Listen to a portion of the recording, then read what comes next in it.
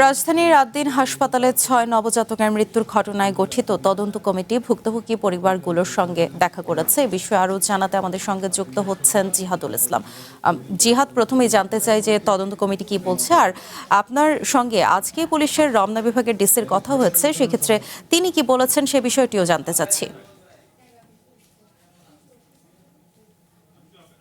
বিলাসী, সকাল থেকেই তদন্ত কমিটি যেটি গঠন করা হয়েছে স্বাস্থ্য ও পরিবার কল্যাণ মন্ত্রণালয় এবং স্বাস্থ্য অধিদপ্তরের যৌথ যে তদন্ত কমিটি, সেখানকার ৩ সদস্য অর্থাৎ সভাপতি, সদস্য সচিব ও সদস্য, তারা ৩ জন এবং সাথে একজন বিশেষজ্ঞ চিকিৎসক সহ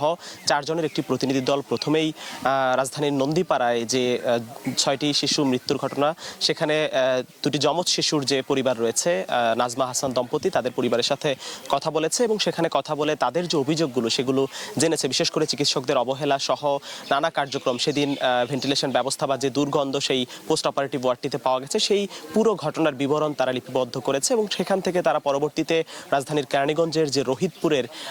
বেলনা এরিয়া রয়েছে, বেলনা গ্রাম, সেখানে তারা এসেছেন এবং এখানে এসে সেই পরিবারটির সাথে আরেকটি যে পরিবার, এখানে নবজাতকের যে বাবা মা নিহত নবজাতক শিশুর, তাদের সাথে কথা বলছেন এবং সেই পরিবারটি কিভাবে আদ্দিন হাসপাতালে গেলেন এবং সেখানকার কি কার্যক্রম রয়েছে, সেখানে তাদের সাথে কি ঘটেছে আসলে এবং কেন এই মৃত্যুর ঘটনা ঘটেছে সেই কারণ উদ্ঘাটনের চেষ্টাও কিন্তু তারা করছেন। এবং আপনাকে জানিয়ে রাখতে চাই, গত বুধবার যে ৬ শিশু মৃত্যুর ঘটনা, সেখানে বারবার করেই দুটি বিষয় সামনে আসছিল, যে সেই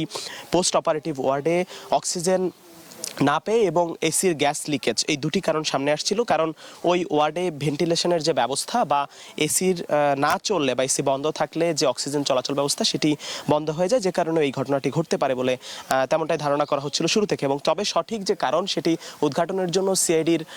ফরেন্সিক ডিপার্টমেন্ট তাদের নমুনাগুলো সরবরাহ করেছে, সেই রিপোর্ট এখনো পর্যন্ত আসেনি। এবং এছাড়াও যদি জানিয়ে রাখতে চাই যে